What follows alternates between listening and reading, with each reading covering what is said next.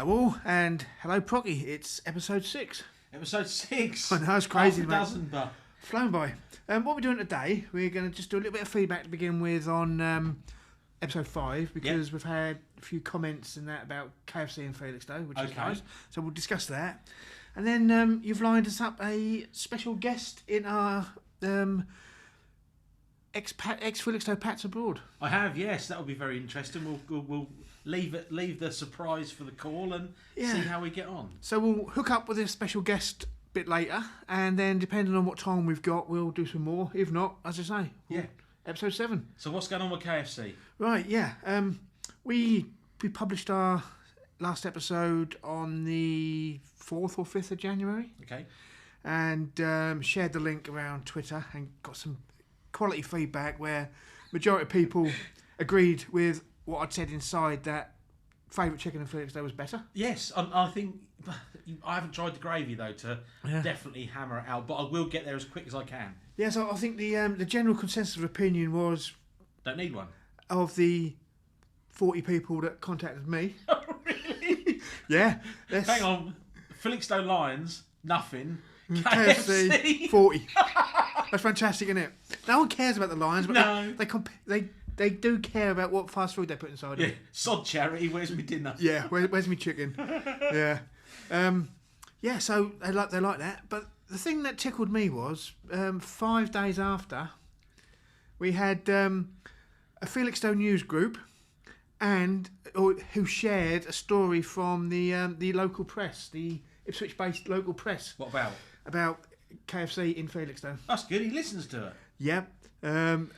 So are we giving the news to news outlets before they even know it's news? I don't know.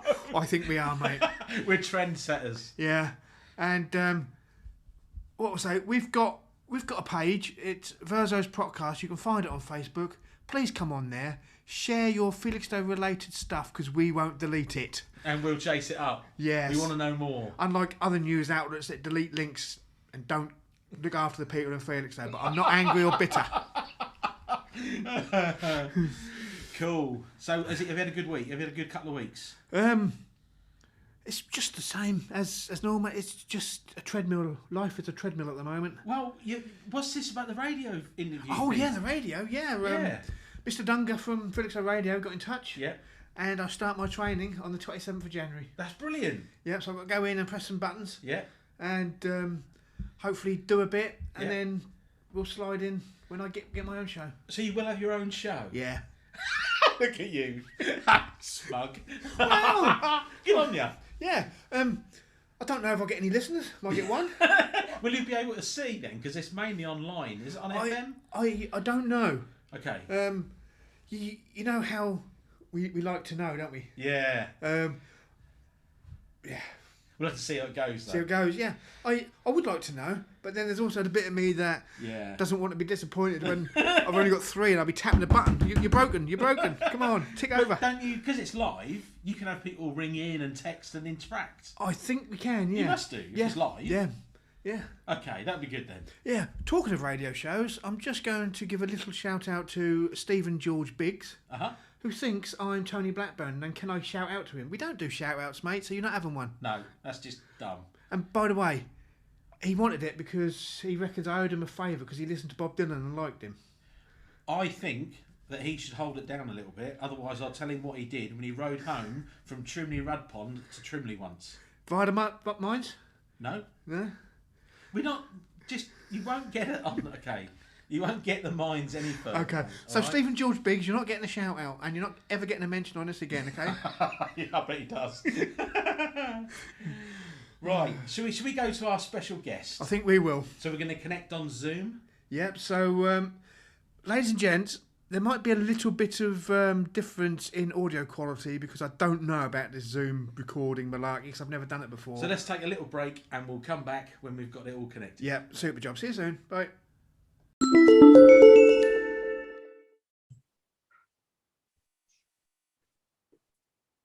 So, we're going to give a contact across, what is it, the continents? Miles away, yeah. We're going to go to another country and we're going to talk to Dustbin.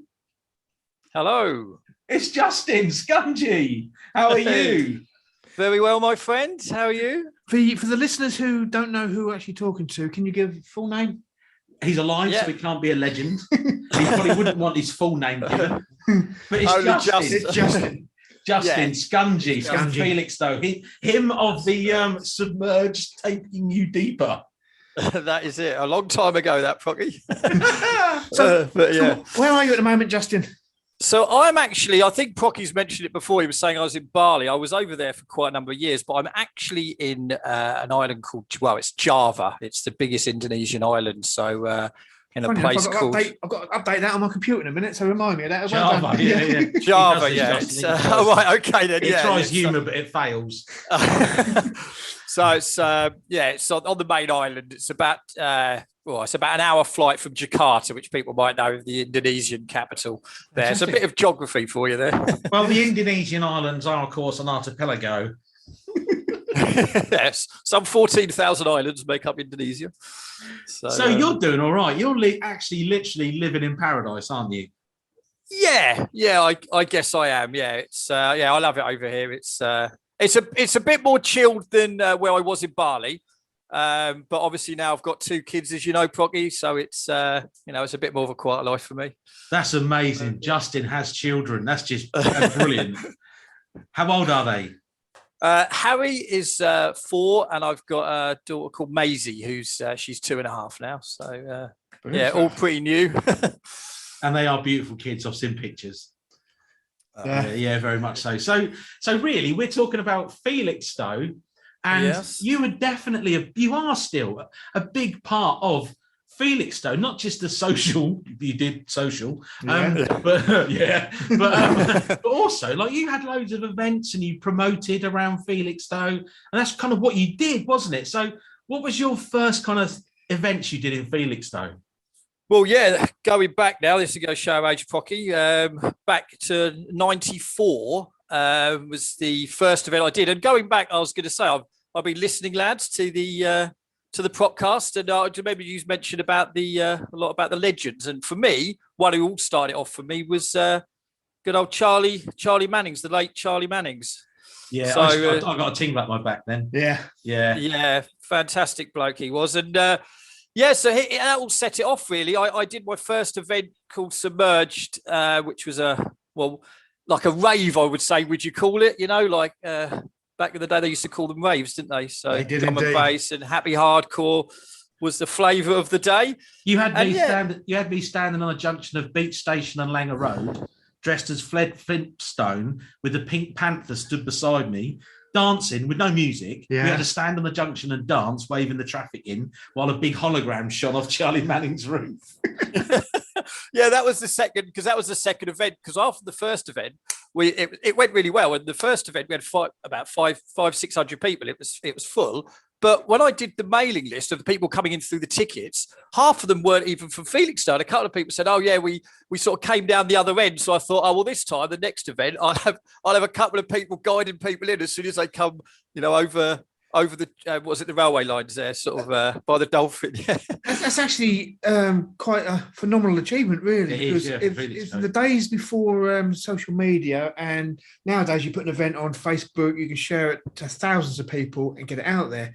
In them days, it was word of mouth and through your friends, and to get 500 punters through the door on your first go. No, Jamie, it wasn't word of mouth. It was called fly billboard posting. Yes. At 2 o'clock in the morning in his dad's Cavalier with a tape gun. I was trying to keep it legal, mate.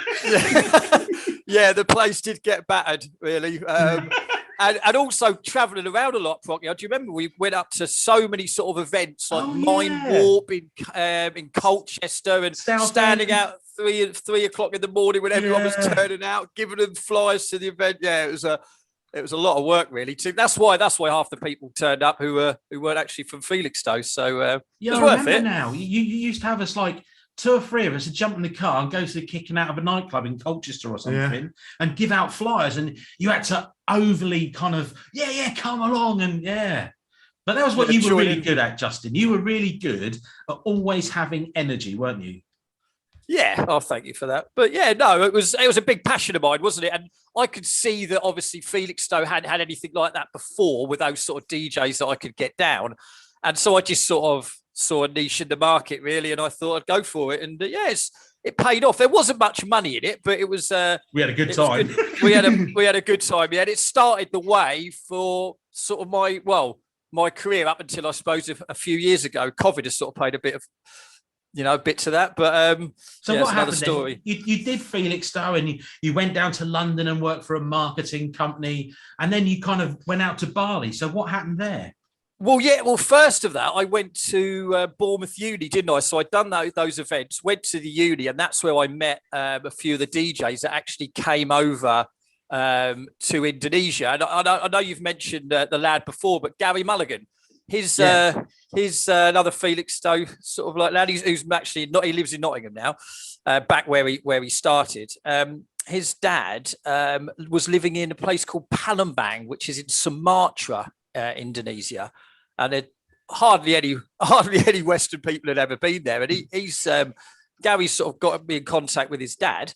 And we've ended up going to DJ in a few of the nightclubs over there. And they've never had a Western DJ. So I actually organised for the DJ to go over there. And he was a guy I was at university with who'd played at Ministry of Sound and done a few of the sort of bigger gigs. So that's sort of how that sort of started. And we went over there with Gary Mulligan's dad, done a few of the events, and then ended up in Indonesia coming down to Bali. And ended up getting a sort of landing myself a really good job there. And so stayed there on and off up until about 3 years ago, really. So, yeah, did about good 17 years there, I guess, on and off. I'll ask you a quick question about Bali. I've seen it described as Australia's Benidorm because, like, in the UK, if we go on a foreign holiday, we'll Benidorm, them sort of places. In Australia, you get on an aeroplane and they go to Bali. And so I've seen it dubbed as Australia's Benidorm. It's quite a true reflection of that, but basically in Bali, you've got like loads of different sort of areas that that cater for each. So in Kuta, which is the Benidorm, or that sort of areas where all the sort of like people just go and get like completely drunk and all that sort of stuff. Then you've got Ubud, which is where everyone does the health retreats, and then it's a big surfing island. So there's lots of different things you can do and places to go actually on the island. But the majority, if you go down to sort of Kuta, it is like people drinking like yard of doing all the general sort of Benidorm sort of stuff. We'd be at Kuta, wouldn't we? Yeah, I don't know, a health retreat nowadays. Yeah, well, you might just pop along. so you've done all the nightclubs and the promotions, and you've done your Ministry of Sound DJ stuff, which we were watching over here from the UK, and we were jealous. You could have come over, Prock. I know, I could. That's when I was doing all the kitchen stuff, wasn't I? You were, yeah. It was great, mate. While it sort of lasted, and. We were getting people like Pete Tong and some of the sort of really well-known DJs sort of over there on a holiday before they went to Australia. So that was great. So I teamed up with a company called Future Entertainment, and they sort of ran the biggest sort of music festival events at the time. This was 2005 to sort of 2010. And they were getting people like Tiesto and all the big DJ sort of names going over there. And so we were stopping them off, and I was doing a party with them once a year, which was great. So that sort of paid for me to stay there for the rest of the time. And then obviously I'd done my jewellery, which people in Felixstowe would have known about as well. I forgot about that bloody jewellery. We went to a pub in Ely or something, and there was two really pretty girls in there. We salted up to the bar. Me and Sean looked at each other and went, God, look at them two. And Justin muscled straight in. They were like, oh, here we go. And then he's gone off to the car. And he's come back with his suitcase. These two girls had £22.50 between them. We had to buy them a drink because they spent all their money with Justin. Del boy. That was it, yeah. But that was it, Justin? Something like that, yeah. Yeah, but you were bringing back all that jewellery and selling it, weren't you? So how it worked out was I would do the sort of like events from November, December, because they have peak season, like obviously we do here. So it's the summer months, obviously the school holidays, and the winter months as well. So over Christmas and New Year. So they were the times where obviously most people were going, and when all the big DJs and that would come over. So I was doing maybe say 6 months in Bali.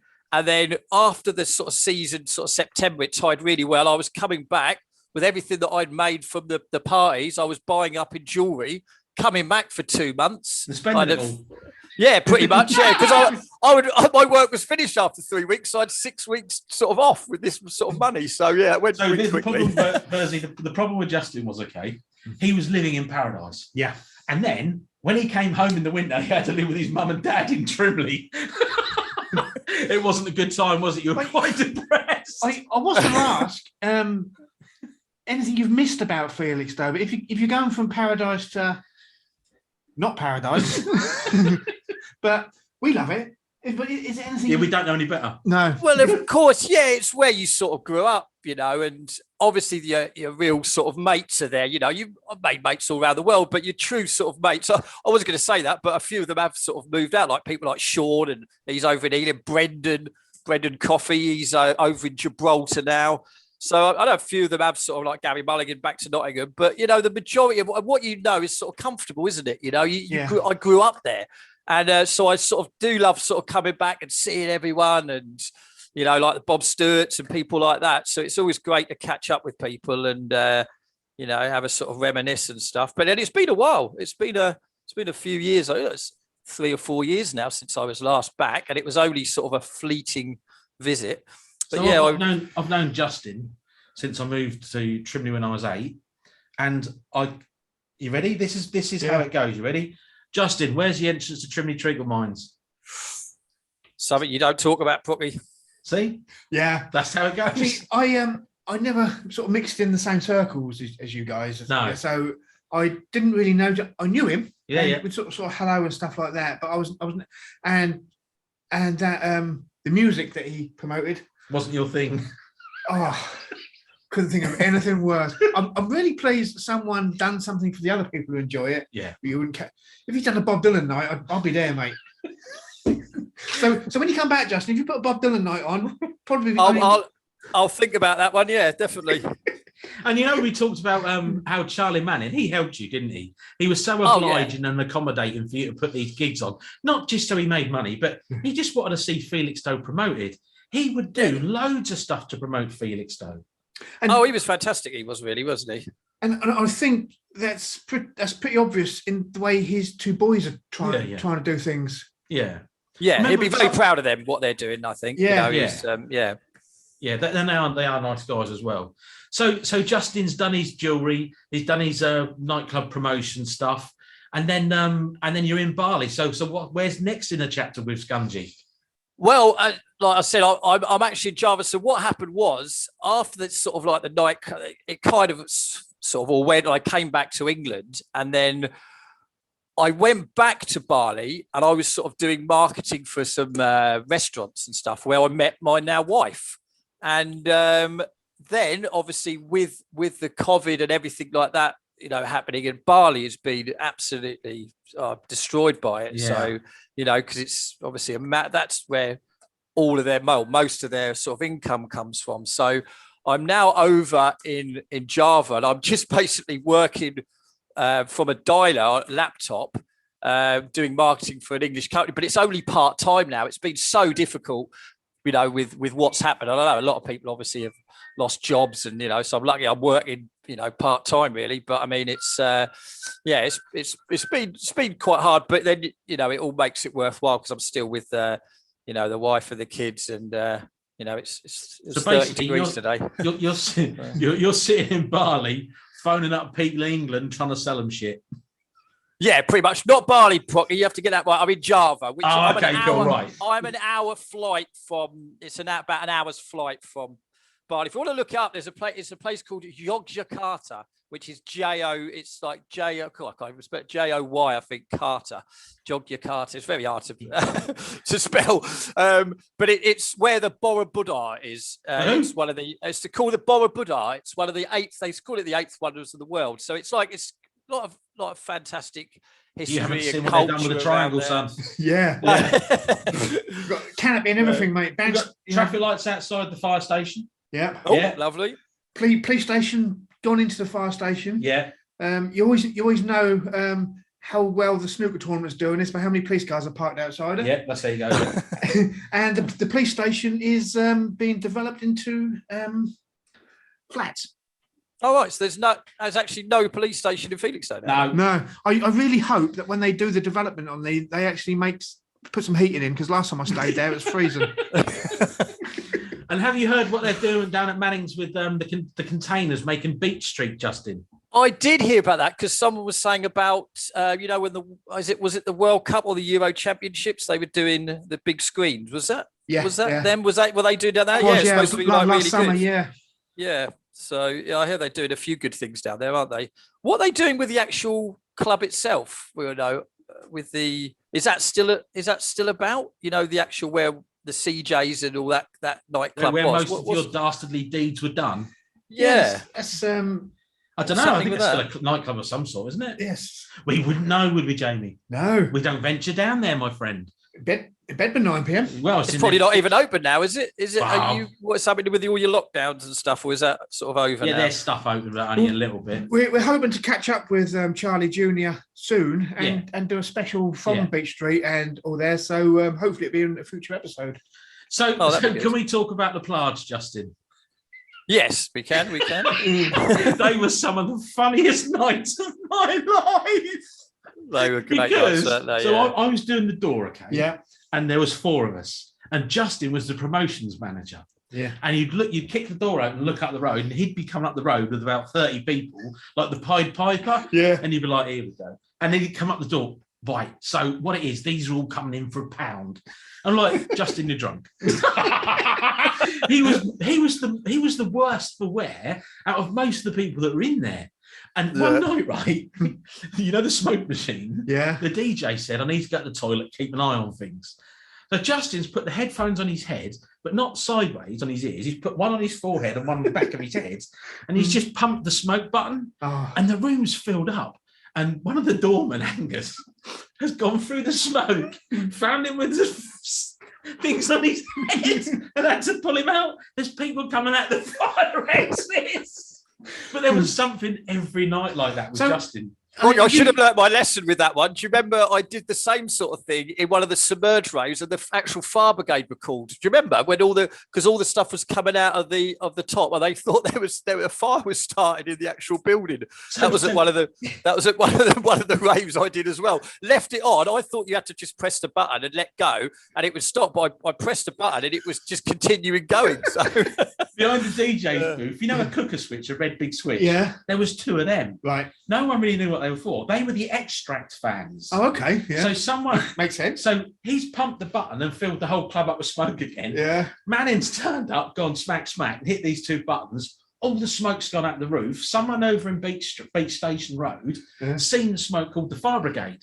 So there's a rave, okay? Yeah. I'm stood at the top of the stairs dressed as Jesus, spraying people with water, and the fire brigade had come up with the BA with the breathing thing on, and everyone's going, yeah, round this fireman. Yeah, awesome. Good times. They were good times. I was probably at home listening to my Housemartins LPs.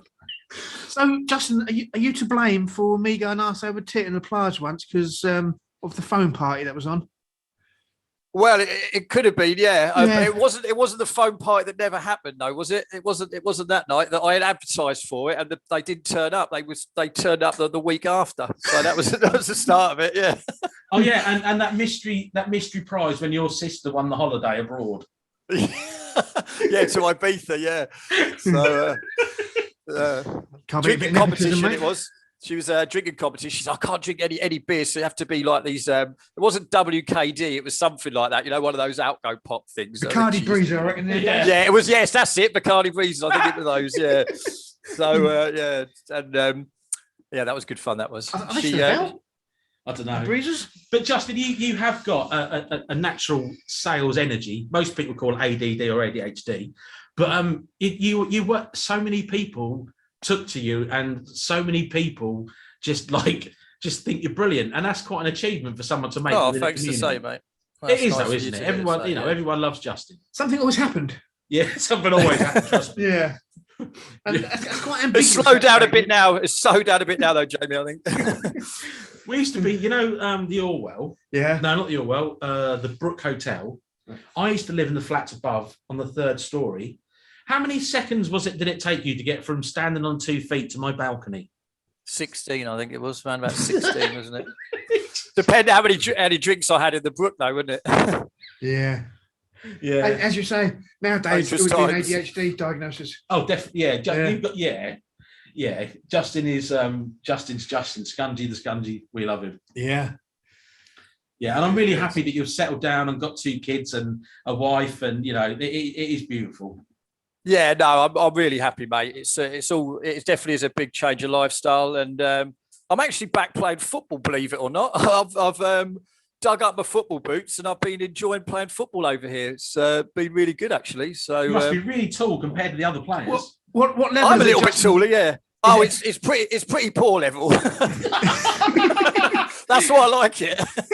If the listeners have a look at the Facebook page, probably tomorrow morning now, I'll put a picture that is Justin's Facebook image of him basically just laying in a massive pool abroad. So while we just stand there in the fog. That was a few years ago. That one, yeah. You've certainly lived a good life and enjoyed it, which is nice, isn't it? Yeah. Yeah, no, I can't complain at all. It's been fantastic. Adventurous. Yes, it's been an adventure, that's for sure. Still going. And you and Biggsy have definitely got some stories to tell, haven't you? Oh yeah, me and Biggsy definitely have. Yeah. That would be a different podcast, though, really. Yeah, you talk about Rick. Yeah. Ricky Biggs. He's lined up to come on as a guest on a future podcast. I'm a little bit wary that we might lose our your PG status. Yes. PG status. I think we might have to subcontract and go in 18 plus for one episode, because he's got no filter, has he? We have. We've got little bits of filter, He's great to catch up with, though. I love brilliant. Yeah, brilliant. Just before you came on, we was mentioning his brother Stephen George, who's got another mention. That's another one, mate. That's Ken to us. Yeah, that's Ken. Yeah, Kenneth. Yeah. Oh, Kenneth. Yeah, he's called Ken. Oh, what after Barbie? Trimley Legends. Huh? Trimley Legend. Oh, Trimley Legends. Yeah. Ken, Nick Nudge. Yeah, he's half man, half Nudge. Yeah. I actually think a few beers inside of him, and he might tell me some secrets of the mind.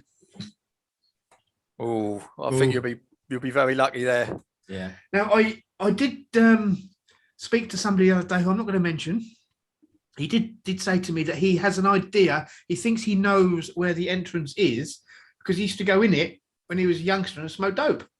Well, if he's that young, it would have still been open. Yeah. So he's talking. Nah. So there you go. He said he thinks it's been bricked up now. So yeah, can't say much. Yeah. I'll keep it stum. Yeah. I think what we need to do some merchandise and t-shirts with the Trimley Treacle Mines on and things like that. Do you know what I think that's? Do you know my little boy is 5? Yeah. He started watching stuff online with gamers, and one of them's just called Jim or whatever. Yeah. And he's made a t-shirt with a wink Jim eye, and people are buying it. If only we knew someone who could market it for us. Yeah, someone who used to do lots of t-shirts that we all had to buy. And do you know what about those cassettes? Bloody cassettes. Those C90 tapes that you did, we had to sit there and fold all the pamphlets, put them in the cassettes. That's it. I remember going. Yeah, I've still got a few of those kicking about. My mum's and dad's. Up in the loft. Didn't we go to the manufacturing place in Luton or something to get them made? That's right. Yeah, we did actually. Yeah, there was like a wall of tape players that. I had visions of you sitting at home doing tape to tape, mate. High-speed dubbing. Yeah. And I remember we used to make the flyers using software called Coral Draw. Yeah. That was it, yeah. Yeah, a guy called Lee from Culture, so he ended up doing the Laconies, all of his stuff as well, didn't he, for Tony? That's right, yeah, definitely. I did have lots of fun on the back of you, Justin. Definitely. Oh, we had some good times, didn't we, mate? It was great, wasn't it?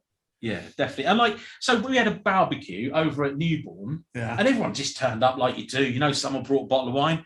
Justin just got out of some random bloke's car, I don't know who he was, with a violin case and a wig. And from that point, the whole party, just even my mum was like doing shots, you know. Brilliant energy. Well, that's the good times. So, Justin, thank you very much for coming on. It's been lovely to catch up with you and hear what you've been up to. And my pleasure. Everybody listening will put a comment at the bottom of the Facebook page, I'm sure, wishing you well and asking you for more information. Oh, brilliant. Well, my love to everybody, and thank you, gentlemen, for having me on your show. Yeah, thanks for coming on, Justin. Avid listener. I am an avid listener, so keep them coming, lads. And get Bigsy on. I'll be dying to hear that one. Will do.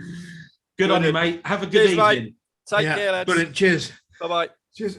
So that was probably Justin. Brilliant to hear from him. Are you all right? You had a little moment. No, so I was just trying to stifle a burp. Oh, okay. All right. I thought you got emotional. No, I didn't. Oh. I was just like, right. So yeah, that was great. We'll have a little break and then we'll see where we are, pal. Okay, cool. Right, Procky, that was really nice catching up with Justin. Yeah, bless him. And he drinks his bath water. It makes me long for a holiday. He's on holiday every day. Yeah. Imagine that. You finish work, you walk out, and you're in paradise. But would it get boring?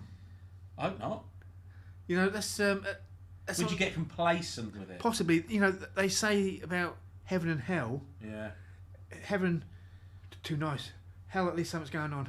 I suppose you could say that. Yeah. Anyway, one of the jobs he had a company motorbike. Did he? Yeah, he doesn't wear a crash helmet. Just rode to and from work on a motorbike every day. Did I tell you a story about me on a motorbike with no crash helmet? Oh God, go on then. I'll leave it for another time. Okay, all right. Yeah. So what we got going on then? Did you hear about the little faux pas yesterday? About the accident on the roundabout? Another truck's gone over on the roundabout. That's got to be the first time in a lot of years that's happened, though, hasn't it? Oh no, I think one went over a while ago. Did it? Yeah, it just messes everything up. It does. It just, one road in, one road out. It just shows how vulnerable we are in Felixstowe. Well, we are. If our Suffolk Coastal MP is listening to this, build another road. Sort it out.